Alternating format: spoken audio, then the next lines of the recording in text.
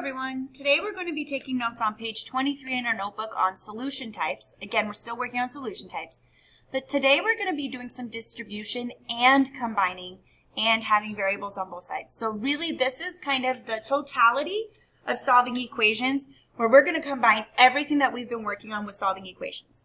So please write the heading on page 23 and write down equation number 1 and then hit play when you're ready to continue. Okay, so on number 1, we have our equation written down, and I'm going to draw my line at the equal sign, and we are going to start with the distributive property.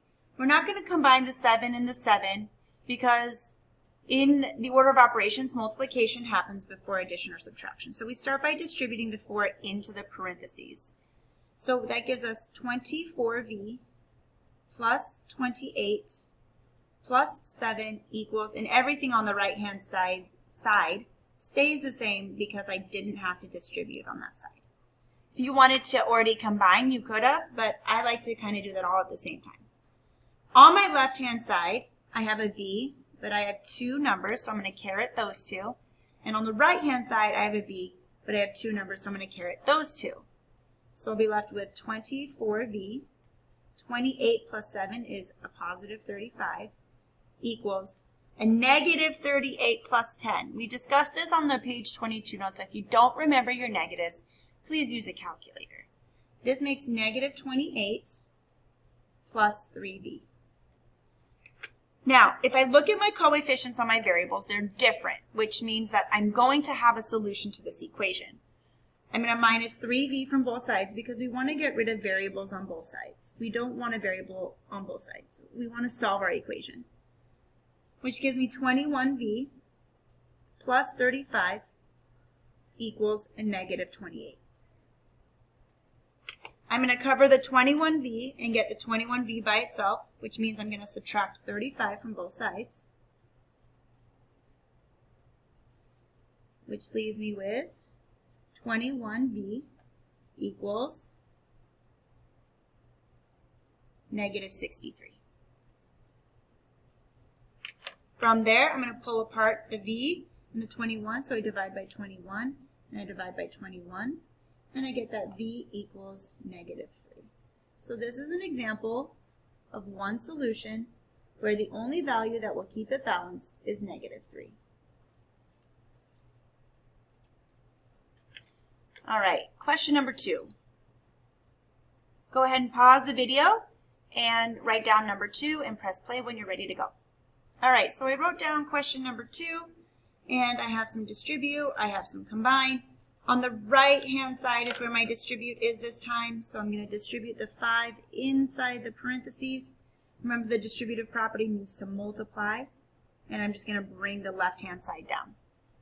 5 times 1 is 5, plus 5 times b is 5b, plus 3. Okay, now I have some combining of terms. On the left-hand side, I have a 9 and a 1. 9 minus 1 is 8, and I bring down the plus 5b. On the right-hand side, I have a 5 and a 3, which gives me 8 plus 5b. Before I go any further, I'm just doing a quick check, and I see that my coefficients on my variables are are the same, and my values are the same. So each side is exactly the same, which tells me something. It's still good form to get rid of having variables on both sides. We want a variable only on one side. So I'm going to minus 5b from both sides, and I get 8. 5b minus 5b makes 0, equals 8. 5b minus 5b makes 0. So I have 8 equals 8. Again, some students will say, divide both sides by 8. We don't have a variable left. There's nothing left. So now we just ask ourselves, does 8 equal 8?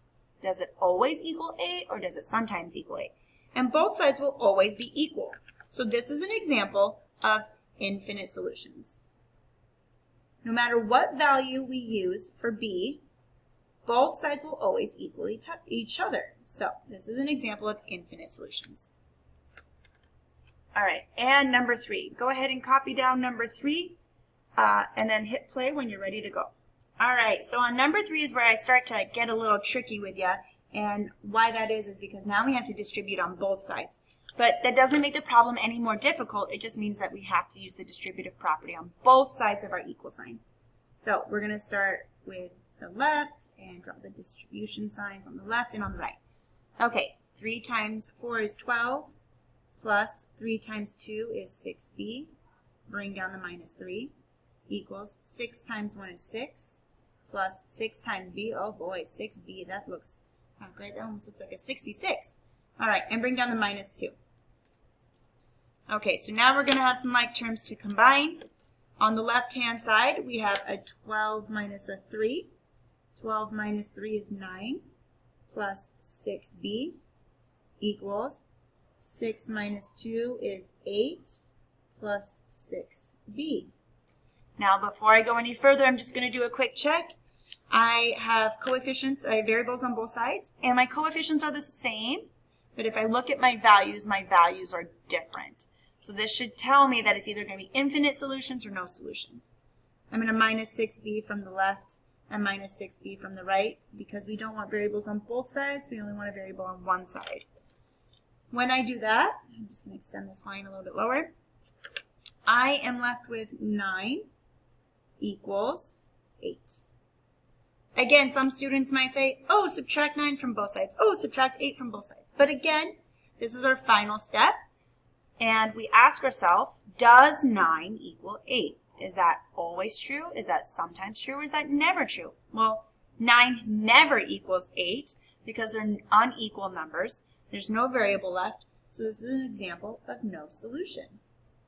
No value of b will make those two sides balanced.